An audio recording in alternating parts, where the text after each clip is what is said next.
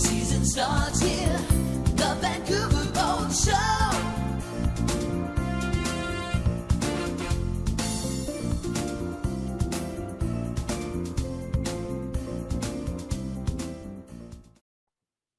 Hi, everybody, and thank you for coming to the VIBS. And our show is actually sponsored by the Freedom Marine International Yacht Sales in Vancouver. So in this session coming up, if you happen to experience any technical difficulties, please reach out to me, your moderator, in the chat window, and I'll help in any way I can from where I am. On the other hand, during the presentation, if you think of any questions you'd like to ask or comments you'd like to share, please type them in the Q&A box and we will read them out when the time comes. So that gets us into a good shape to get started here. It is our great pleasure to present to you Marco Coda and Master the Art of Docking.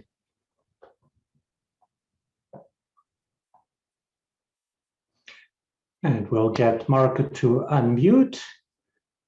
All right. I'm good to go, Bobby? Yes, thank you. Right. Thank you for that. And thank you everyone out there for registering and tuning into this Zoom seminar. This is definitely different than what I've done in the past. I think I'm actually a bit more nervous talking to a computer than I am to a room full of people. As Bobby said, my name is Marco Coda, and this is Master the Art of Docking. This is a seminar based on an online course that we've developed based on 20 to 30 years of teaching. And the slides and the videos that you'll see in this presentation are from our online docking course. And there will be some links at the end to the course, our website, and also to a YouTube channel. So just a little bit about myself. I became a Sail Canada instructor in 1997, worked my way up through the ranks, eventually becoming an instructor evaluator. I worked for a couple of schools in other schools, but wasn't making much of a living. So I decided that I would start my own school, and I opened Land's End Sailing in 1998 with a 32-foot boat, and I was sort of a one-man band. I did all the teaching and all the admin and everything else, and did that pretty much till for about 15 years. And then I sold the school, moved on to some other things in my life, but we're not coming back for the last year or two with an online presence. So with video and animations and the digital age, I find that I can be reaching a much larger audience and really conveying some of the ideas that I've developed over the 20 to 30 years to bring to the screen. So our online school is our docking course, which is what we're going to be talking about here today. That's available on our website. It's actually a fully organized course with lessons, with quizzes, with exercises built in to the whole thing. And so it's not just like a bunch of YouTube videos that are sort of slammed together. It is actually put together in a logical progression. And then Carpe Diem Sailing is our YouTube channel. And I wanted to do something a little bit different with the YouTube channel compared to the many other channels that are out there, like The Vagabond and Sailing Doodles and SV Delos, if you guys are familiar with them. And I wanted to make it more like a magazine so that I offer some instructions, some how-to tips, maintenance, gear reviews, things like that. Just launched our 30th episode yesterday or on Wednesday, and it's all about the nautical chart. So I do try to mix it up a little bit, but it is fairly instructional as well. So enough about me. We're now going to jump into the course. It is a lot. So I will try to get through it without speaking too quickly. And if there's anything that, any comments or questions, like I said, I will try and address them. There will be a time period at the end where we'll be able to hopefully have a bit of a discussion or answer some questions then too. But also feel free to email me at the address or the email address supplied. I'm more than happy to help you out. I'm a sailor, not much of a powerboater. This docking video is mainly aimed at sailboats. And for the majority of boats out there today, we're talking fin keel, spade rudder, with generally prop walk to port. So that's sort of the assumptions I'm going to be making here. I will be touching on some differences, full keel boats, skeg hung rudder boats, things like that. But for the most part, we're going to be talking about the modern fin keel spade rudder boat with an inboard diesel engine, or inboard, most often diesel, with prop walk to port. Now, if you don't know what prop walk is, I will be talking a little bit more about prop walk in the presentation. Something else here is assuming that many people here are new to the game. If you're not new to the game, I'm certainly not insulting your intelligence. So just consider, what I'm offering, and we'll go from there. I do teach to a Sail Canada standard, but to me, it's not about my way or the highway. If you or someone else has shown you something that works for you and it's safe and efficient and you're happy with that, then I'm more than happy for you to use that particular technique. The techniques I'm offering here are things that work for me, but there are many different ways of achieving the same end. So hopefully I've got something to help you dock a little more comfortably, but we'll see how it goes. And there will be a little video tying it all together at the end. We've got drone footage as well as one little shot from the docks, and we'll switch to a video at the end and just sort of tie it all together. So we're calling it defining the problem. So assuming that docking is a problem, for many people, in my experience, I have found that most of my students, as well as people in the yacht clubs and people I've met along the way, do find docking difficult. So, if anybody out there is finding docking difficult or stressful, you're not alone. You might want to think about why. Why is docking difficult or stressful for you? Can it be fun? I actually do enjoy docking. I have a lot of fun with it. I do enjoy the different docking challenges. So with enough practice, it can become enjoyable. So these are my thoughts on the barriers to effective docking. And I just want to say one quick thing about Master the Art of Docking. This course used to be called, or I had called it originally, Docking Made Easy. And I felt that really didn't do the entire discipline of docking justice. So mastering the art of docking, I think, speaks better to what I'm trying to achieve, which is docking in any conditions by yourself, single-handed, in weather, in wind, bow in, stern in, all of that. If you can do that, then you've mastered the art of docking. So back to my thoughts on the barriers to effective docking. So the first one we've talked about is anxiety and stress, which is definitely one that is on the top of the list. And the problem is that anxiety and stress will make you sort of block. So it's really tough to try to do something without a lot of practice if you're super anxious and stressed about it.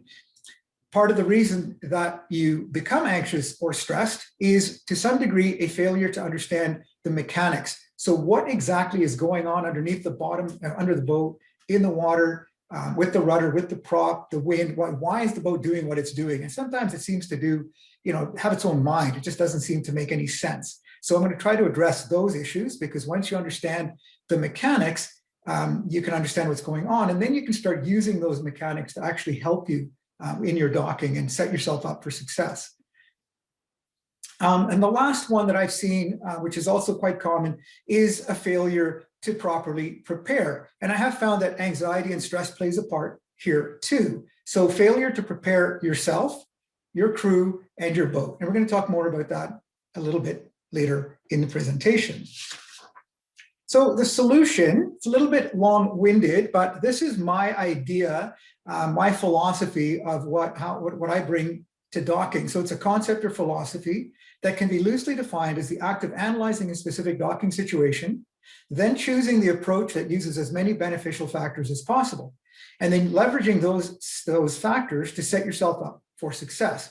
So basically what I'm saying is docking bow in, port side every single time is not really, the easiest way to dock. There are situations in heavy wind where backing into a slip might make more sense. So once you understand all those mechanics that I've talked about, we can then take those and apply them to coming up with the solution or the best scenario for docking. So your docking shouldn't always be the same way every time. You should analyze the situation you're getting yourself into and then come up with the best scenario, be it bow in, starboard tie, or stern in, port tie. So more on that coming up. So the mechanics, I'm just going to whip through the topics of the mechanics and then we're going to expand on them. So one of the first ones is that the boat pivots around its keel, roughly around the middle of the boat, because the rudder is at the back, it steers from the back, so the boat will actually pivot. We're going to talk about the effect of the rudder, prop thrust and wash, prop walk, wind, boat speed, current, and steering in reverse, which is one of my absolute favorite things to do when it comes to docking.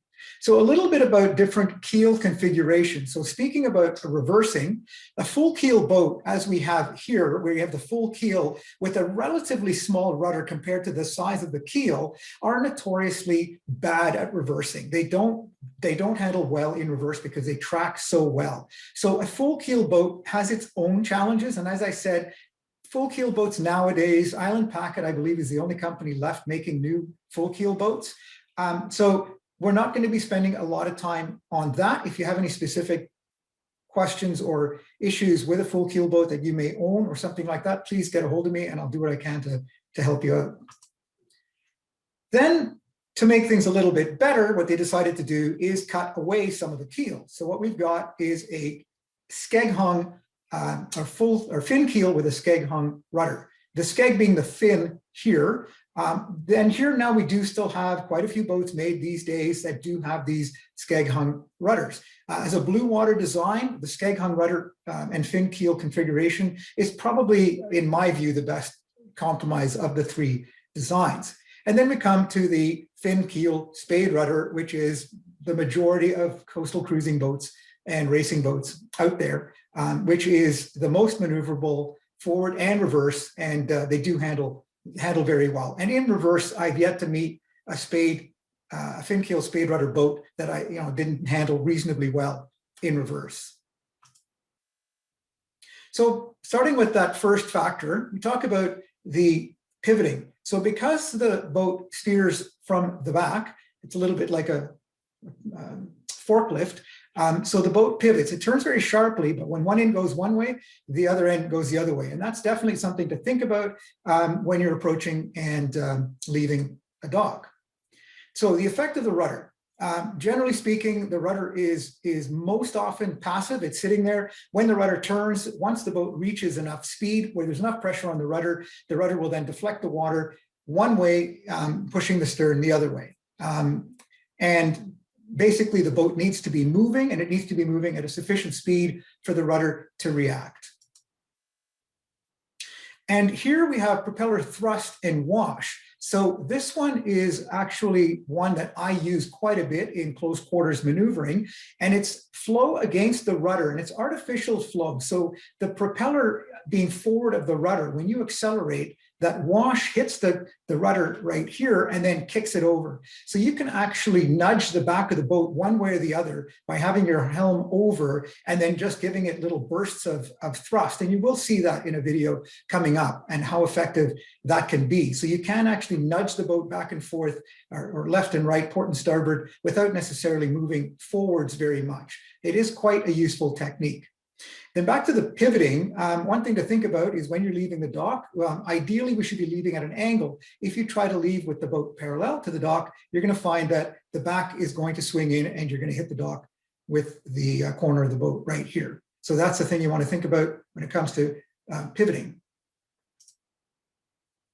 So there's an indication of what I was talking about. You can see all the wash here. This is a clip or a photo taken from the video, and you will see in the video how effective this is getting out of this very tight corner. There's actually a powerboat just to my left over here, and you can see how well that actually worked.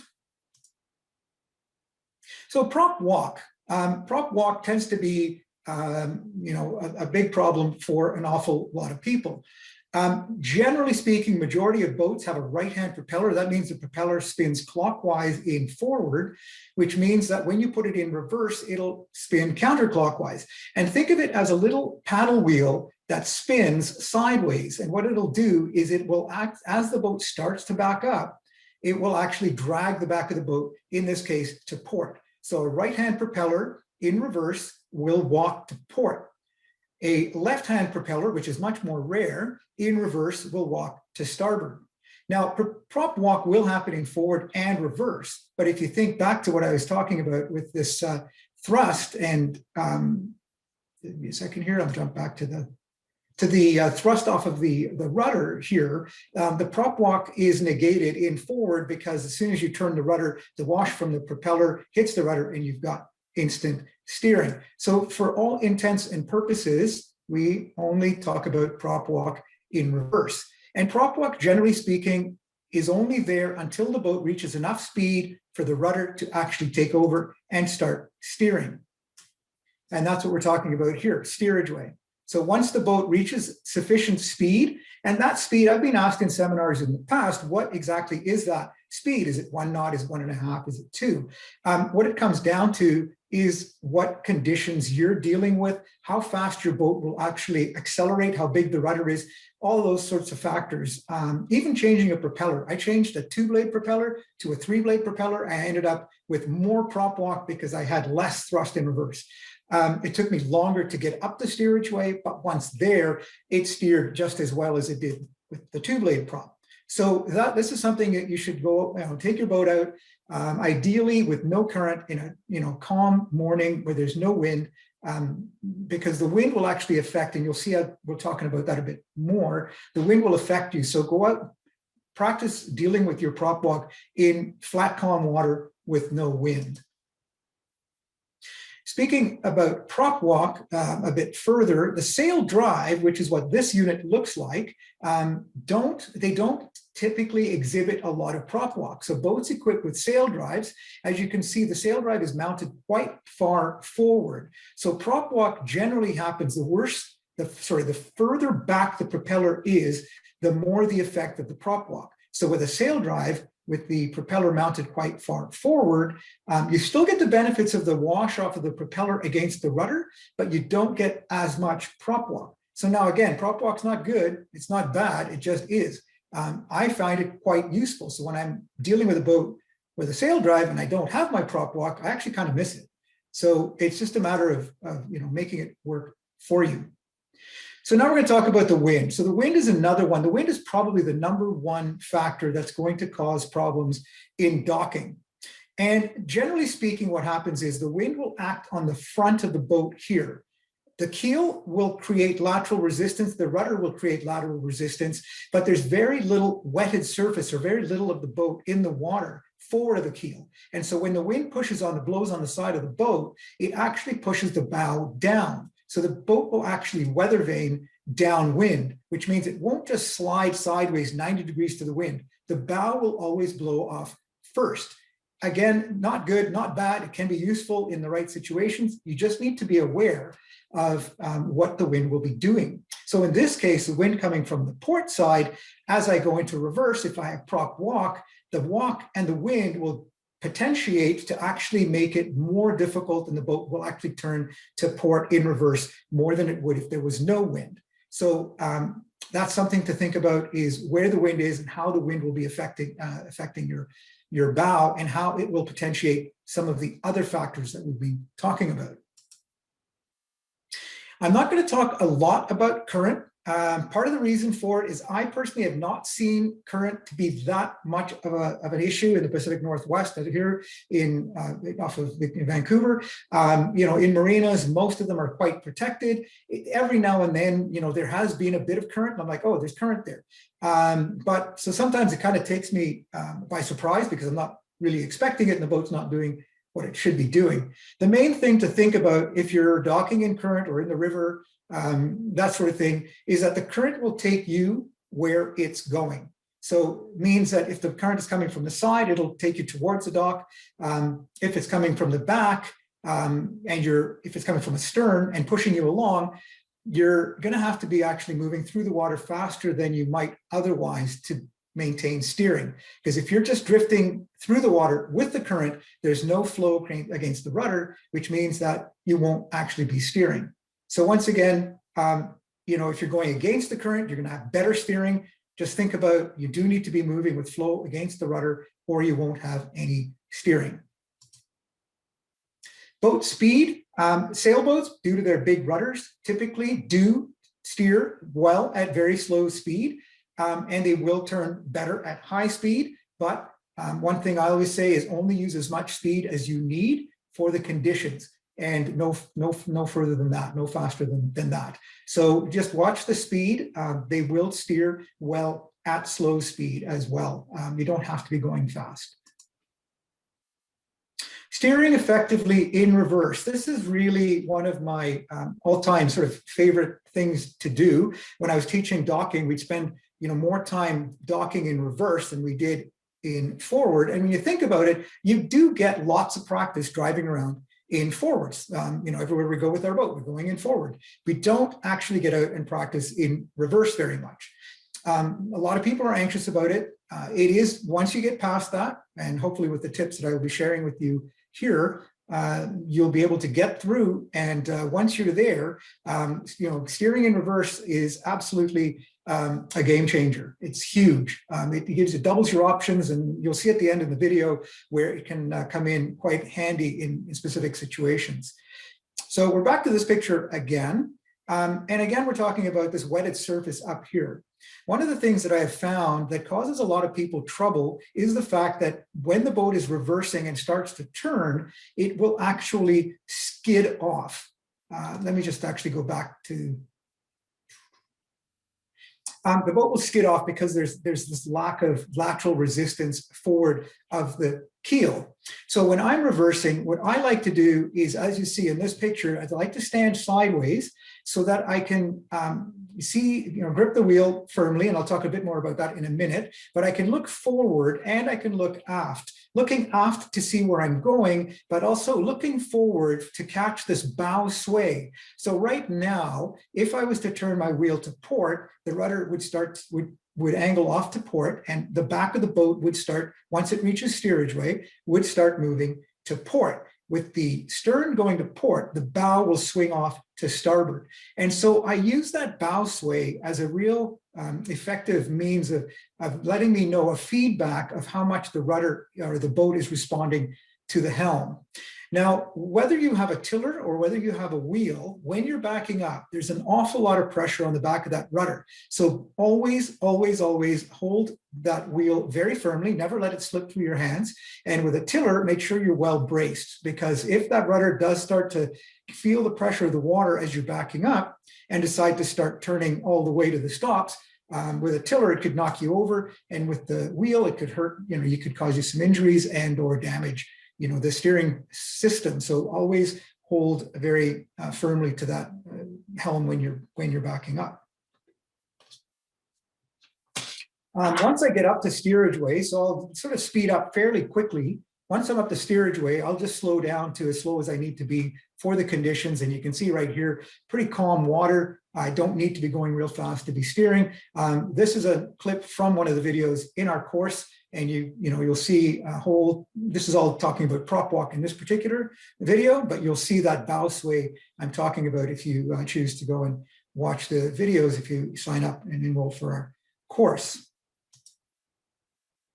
One of the other things that I was talking about or alluding to a little bit earlier is the fact that because of the front end not having that resistance underwater, you get this big skid. So what happens is you can see the slick right here. And what happens is the boat will start to skid off. So it's turning very sharply, in this case to port in reverse.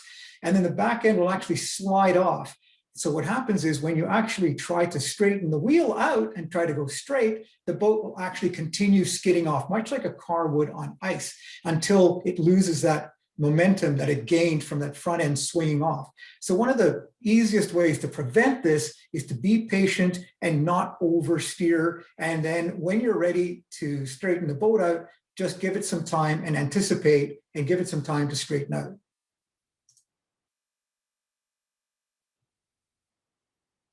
So in summary, I just want to talk about the factors and influences again. So we're going to see in the video coming up about choosing an approach. So as I mentioned, bow in, port tie with prop walk to port is the easiest of the approaches, but you should be able to do all four. That's bow, stern, port, and starboard. And I will show you all four in the video coming up.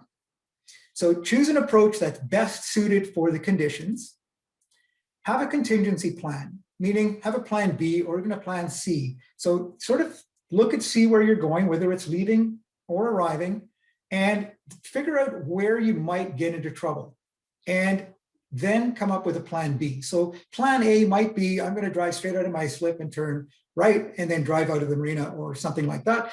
It might turn that it might turn out that it might make more sense to turn left and back out, depending on the wind and things like that. So look at where you're going to get into trouble. Think about where the wind might take you once you leave your slip, and then have a plan B. Pardon me. If you have crew, take your time at the dock or well away from the marina as you're heading in to brief them with your plan. So what is your plan going to be as far as, plan A is going to be, bow in or stern in, port tie, and, whatever your plan is going to be. And then let them know, if you get into trouble, this is going to be plan B. So tell them everything you're thinking, have them well briefed and well prepared. Now, prepare well in advance. And what I mean by that is both you, your boat, and your crew. It's amazing how many times I've seen boats coming in too fast, unprepared, anxious, whoever's at the helm screaming at the family to hurry up and get things out, and fenders aren't run, the lines aren't run properly. And take the time to put your fenders out where they need to be, properly placed at the right height, the right position along the boat. Make sure your lines are properly set up. Make sure you have lines, you have a bow line, a stern line, a breast line. Make sure all your lines are led outside of the lifelines. Make sure everything's ready before you commit to your arrival, your final approach. So talked about lines. Another little tip that somebody told me many years ago that I found quite helpful: coming into a strange marina, if you have enough gear, set up both sides. So have fenders set up for both sides, have lines set up for both sides. That way, if your plan B is docking on the starboard side versus the port side, it's not a big panic. You're already ready. You don't have to try and move everything over. So set up both sides. I mentioned about your lines being led outboard. We talked about having your fenders properly placed, proper height position. And then this is another favorite of mine, is a roving fender. I find you see a lot of people out there over the years, in all different sizes of boats, some quite large, heavy boats, with one of the crew members standing up there, fending off with an aluminum boat hook. I personally find that to be one of the most dangerous things you could ever do in docking. So, when we talk about docking, you should never put yourself, your body parts, or anything else between you and the dock or the boat and the dock. So pushing off with anything like that, in my view, is bad news, and it can really set yourself up for injury. A roving fender, which is simply a spare fender with a little knot tied in the line so it doesn't slip out of your hands and fall into the water, and just have one of your crew members moving with this fender. And if it looks like you're going to get into any trouble, you simply slow the boat down, have the roving fender deployed, have the roving fender over the side where it might touch something, and then move to plan B. And that goes a long way. I've did quite a bit of private instruction last summer. And once I got the roving fenders out and people understood that, nothing's going to come of it if they do bump into something with that roving fender out there, it made a huge difference to their level of comfort, their anxiety, and their stress. So big fan of roving fenders. One small note about the roving fender is most of these fenders will have a plastic valve in it. Make sure that valve is always pointing downwards. It's a good idea for all your fenders to have that valve pointing down, because what happens if the valve is pointing up and you happen to be looking down when you're placing the fender and your boat comes into contact with another boat or the dock with any sort of force, that valve could get blown out with quite a bit of force and you could end up getting it in the face. So remember, roving fenders, and ideally all fenders, valves should always be down. So now I think the next thing we have, so yes, the last thing is, hopefully these tips will help you with that, but do try to stay calm. Panicking, getting excited, getting anxious and stressed will not help anything. So be prepared. Being prepared will help you stay calm. Studying some of the mechanics and practicing out and understanding what your boat's doing will also help you stay calm. One thing I didn't actually mention, which is my final point here, is stop the boat. This is a bit of tongue in cheek.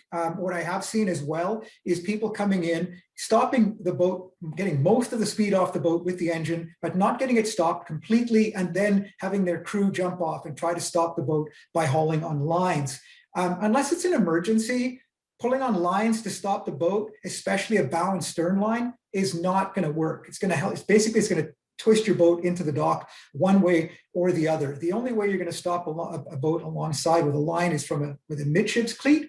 But ideally, if your engine is running, and I'm a stickler on this when I'm doing docking instruction with people, is pick a spot and make sure your boat doesn't overshoot it. Make sure it stops and then stay at the helm, shifting from forwards into reverse as needed to make sure that the boat stays on station while your crew tie the boat up. So make sure you stop the boat and then keep it stopped.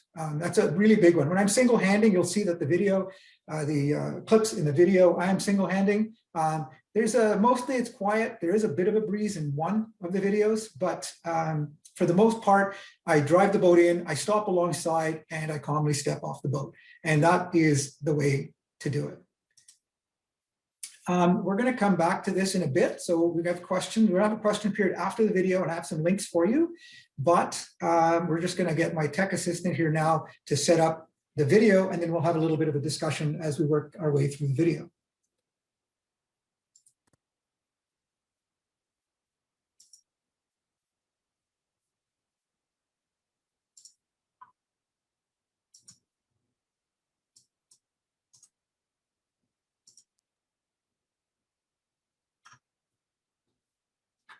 Thank you.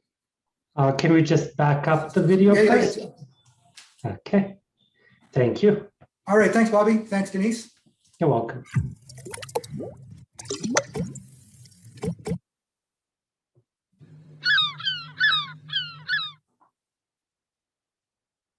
So in this clip, we're coming in with a very classic bow in, port tie with a boat that has prop walk to port. So you can see that my approach is at an angle. It should always be on an angle. That angle will change depending on your conditions. As I get closer, I start to turn away from the dock. I flare away. And then you might see a little puff of exhaust. There it is, puff of exhaust as I go into reverse, and I start bleeding the speed off. And then the prop walk sucks my stern in to the dock right here. You can see the subtle effect of the prop walk pulling the stern in. The boat stops parallel alongside. Once it's stopped, I come over to the midships and I step off using the shrouds for support. And then at this point, my lines are long enough that I have a bow line that comes out to here, stern line to here, and then I can hold the boat alongside. If you have a midships cleat right here, more traditional boats, modern boats don't seem to have them, but that midships cleat is a great one to hold on to as well, because it'll pull the boat in right into the dock this way and keep it somewhat parallel. So that was bow in, a port side. So now we're going to show starboard or bow in, starboard side tie. So this is coming in with prop walk pulling away from the dock.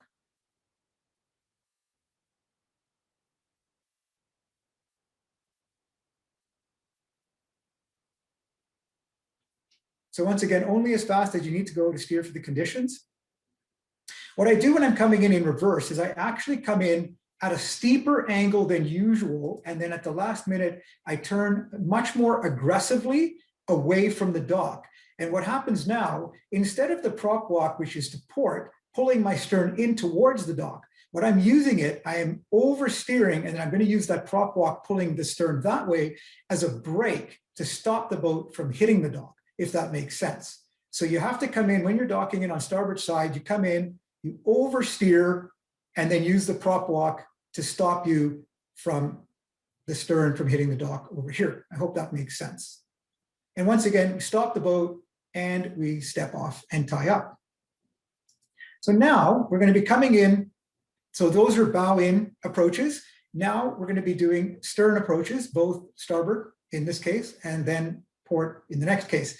You'll see this little red arrow at the bottom here. You'll see the flag, and you can see these ripples in the water. So this is a little bit later in the day and we got a bit more wind, and I'm coming in reverse with wind blowing off the dock with prop walk to port. So luckily my neighbor over here has fenders out there already, but I would definitely have some fenders or a roving fender out here, because where I might get into trouble in this situation is up against this guy's boat here. As I come in, if I don't judge it properly, I could end up having my bow blow off this way and my prop walk pull me that way. So stern in with the wind off the dock, with prop walk away from the dock, is definitely a bit more of a challenge. And you'll see that I'm coming in with a much finer or less acute angle. I'm coming in almost straight, because what I want to do is not lose my bow to the wind. So I come closer to the dock, and then as I get closer, I now start to turn, being very careful not to turn too much, because if I do turn too much, what's going to happen is the wind's going to grab my bow and blow me down that way. So it is, it definitely takes some practice and get comfortable with, how your boat handles. And then we steer straight into the dock. And at this point, I start to steer away. So what happens is when I steer away, the rudder will actually be pointing out to port.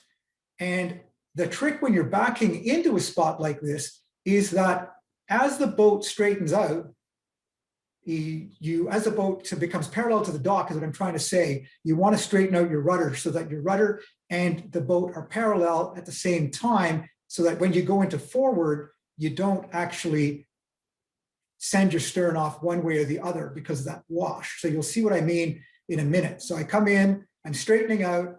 As the boat comes parallel, you might be able to catch it. There it is. I bring the helm back to center, and then you'll see a little wash of the thrust going straight back.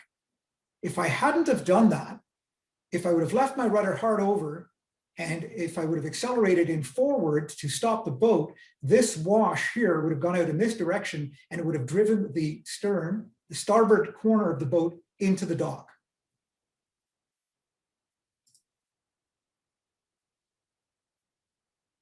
And once again, exactly the same thing. Now, the interesting thing about docking in reverse is prop walk, once you have the boat up to speed and moving, is no longer an issue.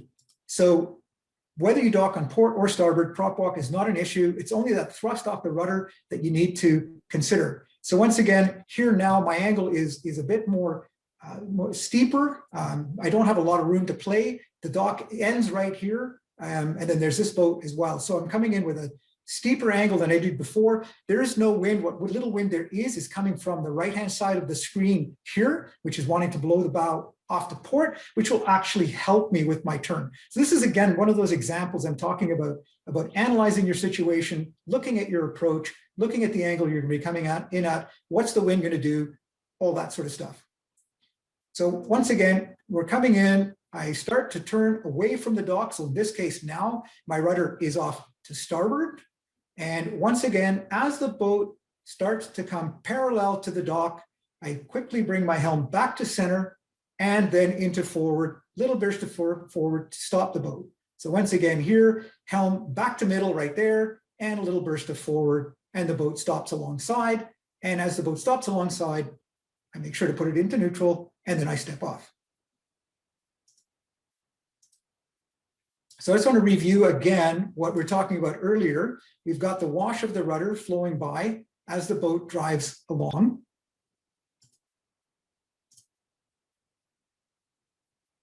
And then we get that wash bouncing off the rudder and kicking your stern over. So be very careful with that when you're reversing.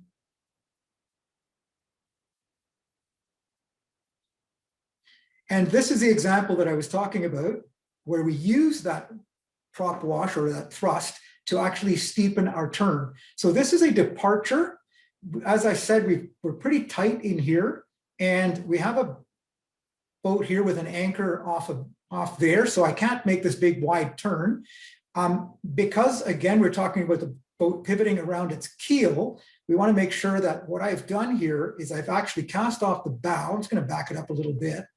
So I've cast off my bow line first. I have a roving fender or a fender tied off right here at the back. And what I do, rather than push the boat away from the dock, as many people want to do, it's intuitive to push the boat away, and getting myself over the water potentially falling into the water, what I want to do instead of that is to come over here and pull the stern line in. So by pulling the stern line in, the boat ends up being cocked away from the, or pushed away, turned away with the right angle for the departure, away from the dock. So now I'm going to step on, I'm going to make sure my helm is centered, and then I'm going to just give it a little burst of acceleration just to clear this corner from the dock. And as soon as I'm clear, I can then put my helm hard over, give a little burst of acceleration, and that thrust off the rudder will kick the stern over and I can drive out.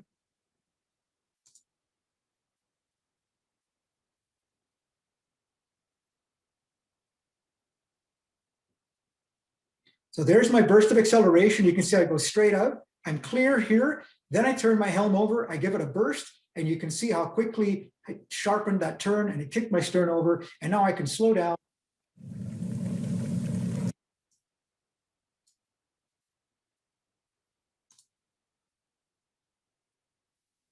So in this case, this is one of the advantages that I was alluding to earlier on in the presentation about one of the benefits of reversing. So as I said, once you start reversing, you deal with your prop walk. Prop walk is dealt with, outside of the marina. You've got your boat under control. I'm standing sideways so I can see where I'm going. I can see my bow sway, and I drive into the marina.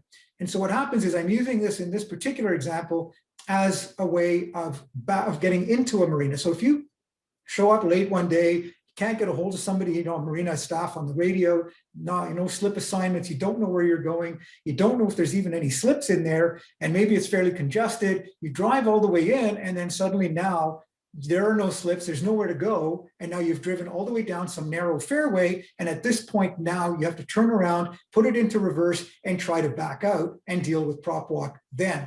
And that's far more of a nightmare than dealing with the prop walk outside of the marina and then essentially backing down the fairway, looking for any slips, and you find yourself at the end of the fairway with no slips and you have to leave.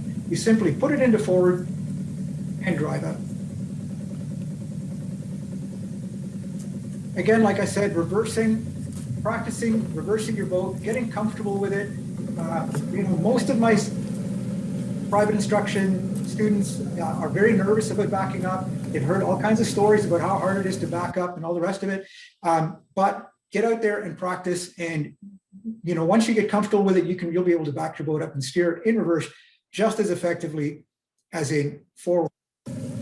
So in this case, another example. So what I suggested here is that we can back down, and then if need be, we can drive out.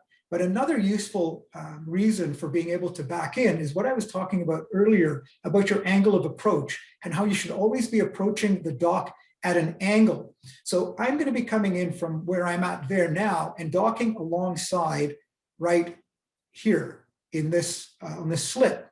If I would have come in from the right in forward, the boat really wouldn't have made this right-hand turn very, very well. So it's sort of a left-hand turn, sharp left-hand right-angle turn really does not lend itself well at all to docking. So what I've done is by reversing in, I can position myself so that I'm entering the slip at an angle. And you'll see so because I'm single-handing, I've got my roving fender up forward, which is where I might touch the dock. I set up my approach angle and I come in. You'll hear the acceleration of the engine as I go to stop, and you'll see quite dramatically actually suck the stern into the dock.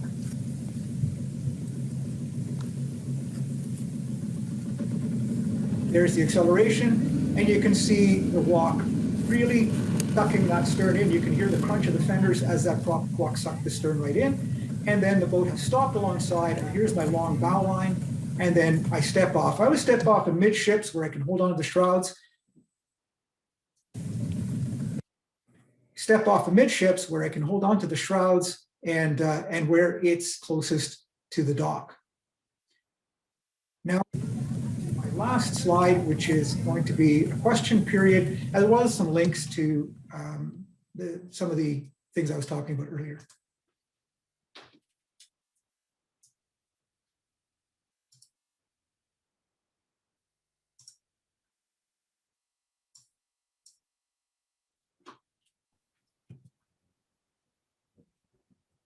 All right, so we have a number of questions here. I was going to open with, does it help if you're good at parallel parking? But then I realized there's people with much better questions than that. You know what, So, Bobby, I will address that one very quickly yes. because it is actually an interesting one. But I find that maybe the answer will surprise you. So I think that yes, if you're good at parallel parking, you obviously have a sense of what's happening and how things are moving. And what I have found for me, ironically enough, is that docking has helped my parallel parking. So I think you're asking about parallel parking helping your docking. And I think, yeah, it probably would, because it's had the reverse effect for me. And whenever I am parallel parking, I always think about how I'm docking. So I'm parallel parking now, and I think I'm actually docking my vehicle in the spot. So good question. Thank you. All right, well, thank you. And here's the question. Burrard Civic, super tough with current in many spots. Yeah, Burrard Civic Marina, absolutely, you're right. And that's what I was saying about earlier, that currents can be very challenging because they swirl around. A river current, like if you're in the Fraser River, it's actually not bad because you know where the current is coming from. So the only thing that, I'm sorry, I can't give you a better answer. I've tried looking at tide tables. I've tried looking to see, how things are going. If it's going to be going fast or not. I've not really been able to predict it very well. And that's the problem with currents, is that they are so unpredictable. The best advice I can give you is just before you untie and you go to leave, take a look in the water, look at debris in the water or any kelp or any weeds along the docks, and try to determine which way the current is actually going. And then, like I said earlier, if the current is coming from astern and you're leaving in forward, it's going to be a little more difficult because it's going to take you're going to come out faster. So in that case, maybe backing into the current would make sense. If the current is coming from astern or from ahead, you might find that it's easier to leave in forward. Unfortunately, if the current is coming from your beam and pushing you towards the dock, you may have to just wait till the current goes away. There's not much you can do about that. If the current's pushing you against the dock, that's one of those situations that there's really not much you can do. I suspect, for me, probably what I would do is I would try to back out, which is typically what I do when the wind is blowing onto the dock. I will, like I did in that talked about in my one example, in reverse, what I would do is I would cast the stern off first. I'd have a rolling fender forward, and then I would pull my bow in tight to the dock, which would stick my stern out into the current, and then I would back out into it. So as much as possible, when you're dealing with current, try to move the boat into the direction the current's coming from. The current will actually help you steer. I hope that helps. If not, like I said, my email is there. Feel free to give me a shout anytime. All right, and now we have Brad. Brad, I'm opening your audio. Please unmute yourself and go ahead.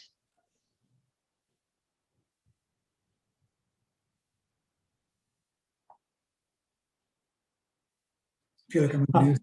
All right, we might need to try Brad a little later again. And we have Roberta. Would you please unmute yourself and go ahead?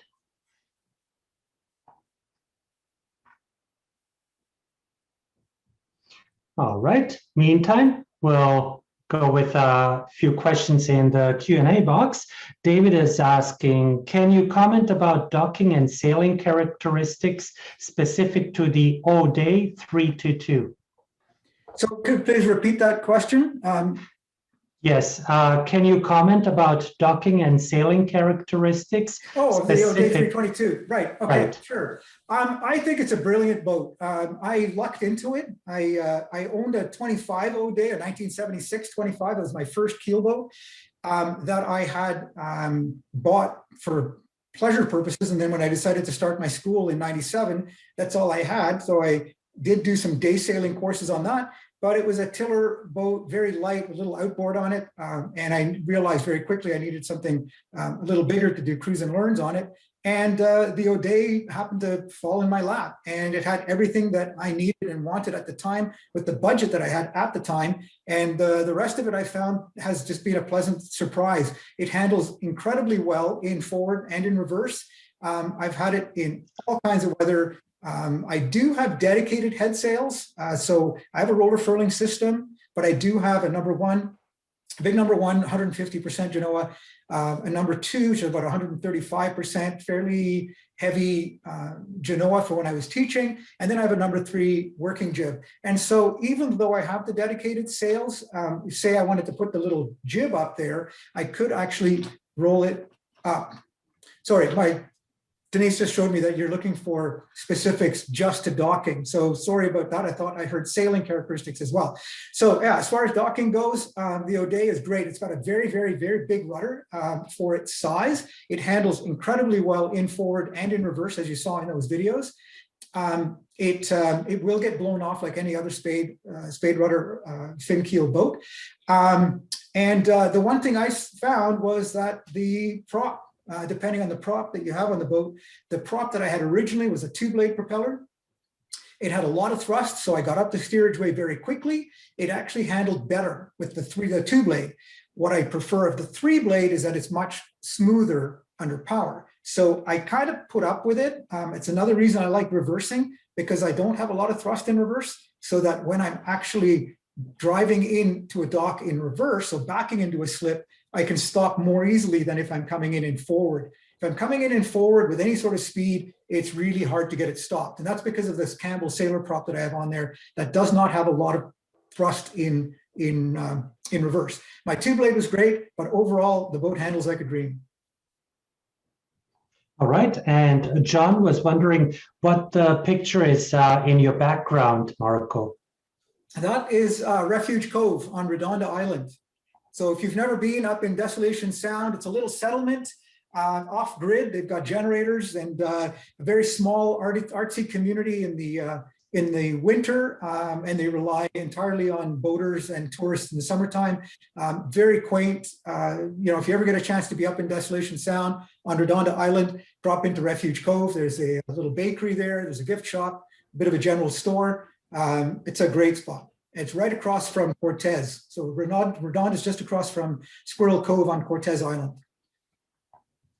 All right, and Neil thought at one point that there's lots of room in your examples in the videos, but then he saw another shot and changed his mind about that. Yeah.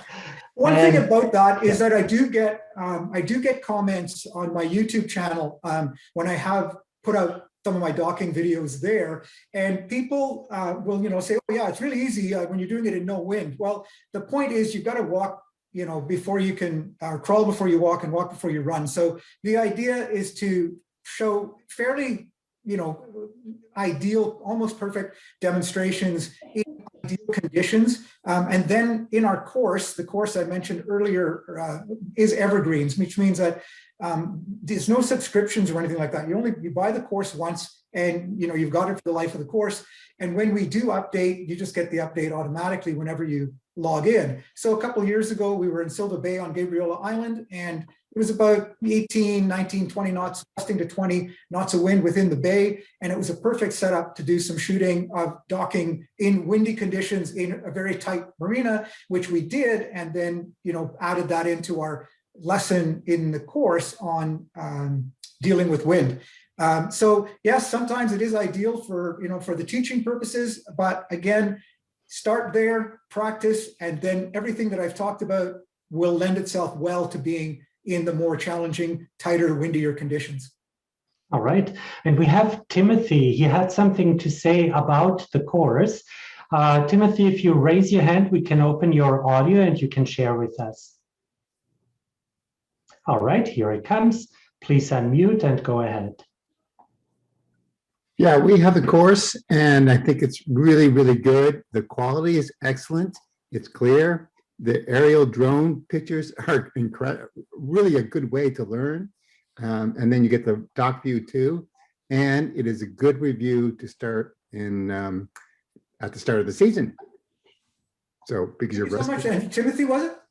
Yes, Timothy. Hi, Timothy. Nice to meet you. Thank you so much for that feedback. I'm delighted that it's working for you. Where do you sail, and what boat do you sail? We have a Vauquier Pilot Saloon 40 now. And, very nice. And yes, it's we're moored in Mosquito Creek. And oh, very nice. We kind of go all over now, and we're probably heading up north. And so How do you find the Vokey handles under power? Good, good. It backs Yeah. up. It's a good tracking boat. It likes to sail, but Perfect. Yeah, well, that's a good thing, right? yes. We put a folding prop on it, and now it has virtually no prop wash. Yeah, Which- there you go. For good point, right? I mean, just changing the prop will make all kinds of difference to I either miss it. better or worse, right? So thank you once again. I really do appreciate that feedback. Thank you. All right, and now we have Richard. He's asking, how much is the online course? So what have we decided? we were talking about this earlier. So it's $99, and for the boat show, $99 US. 99 US, so it's $99 US. And for the boat show right now, it's 25% off till the last day of the boat show, whenever that is. So we can say Sunday, midnight, 25% off. And if you want to put the code in Vancouver Boat Show, will that work? Vancouver Boat Show, all lowercase, you'll get the 25% off. And just a note as well, I mean, the feedback we've got, like we heard from Timothy, I'm delighted to hear that. But I know that, there are people who might find that it won't necessarily work for them. And so we do offer a 30 day money back guarantee and no questions asked. So if you want to try the course, you're not sure if it'll work for you, if it will, it won't, whatever, don't hesitate. The money, you have any issues whatsoever, you just send us an email and say, no, it's not working for me, and we'll refund your money. So you've got absolutely nothing to lose and hopefully a lot to gain.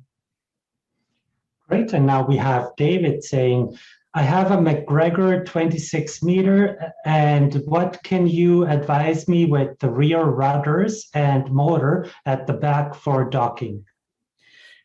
So yeah, that's I mean, most McGregor 26, so I'm assuming you're talking about the McGregor 26X, which is the version that has the smaller twin rudders and the big outboard. So for that, I mean, the McGregor is quite a hybrid of powerboat and sailboat.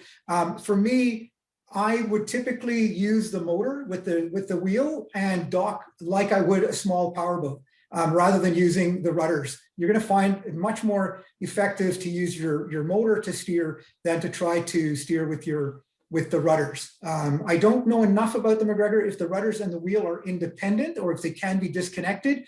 But I would say rely on your motor to dock as you would a small powerboat. And if you want to call me or chat with me, or we can email or whatever, I can give you a bit more detail on that one-to-one about how we would dock using a motor rather than what we've been talking about here, which is an inboard inline engine with a fixed propeller. And now we have Christabel saying, what line handling assisted techniques would you recommend to undock with wind pushing the bow away from the dock? Same question for wind pushing the bow towards the dock. All right. So yeah, as I mentioned, I think you're talking exactly about what I mentioned about the wind blowing the bow off or on. One of the things I talk about in that solution or that philosophy that I mentioned at the beginning is to let the boat do what it wants to do. So if you've got wind blowing off the dock, what I would do is have everything ready to go. One of the techniques we talk about in the course is slipping the line from the boat. So if you have crew, you can have the line going from your boat down to the dock and back to the boat. And then if you're in the stern, have the line going down to the cleat and back to the boat, and then have slip your bow line and harden your stern line in. The wind will blow your bow out away from the dock, slip the stern line, put it into gear, and drive straight away. So that's more than likely a pretty easy departure. If you do have boats to your leeward as you leave, just make sure you have a roving fender out there ready to go. Leaving with the wind blowing onto the dock is a bit of a different story. And I typically find that with the wind blowing onto the dock, that I do the reverse. I cast off my stern, pull the bow real tight into the dock, and then back out. And I find that when the wind is strong enough, even with my prop walk going to port, if I have enough room, I can get the thing going fast enough that the bow will actually blow to port as my boat starts to back up and steer to starboard. That's a tricky one when you've got wind blowing on the side of the boat. blowing in the same direction as the prop walk would take you, but try to get as much of an angle as you can. And normally with wind blowing onto the dock from your side, you're always better off backing out. All right, and that brings us to the end of the session. Actually, I should mention, we do have another 15 questions for you, Marco, so I'm sure you will hear a lot of follow-up from people. Attendees, well, I'd love to have these questions answered, but we're out of time. You have Marco's contact information on the screen and in the chat box, so please save it, copy it. And Marco, thank you so much for a super informative session. Thank you, Bobby, and thank you everyone for watching. I really appreciate it. Bye-bye. Yes, thanks everybody for attending the seminar and for coming to the VIBS. It's great to have you here, and it's sponsored by Freedom Marine International Yacht Sales in Vancouver. Please be sure to check out all our features, including the info booth online, and have a great rest of the show.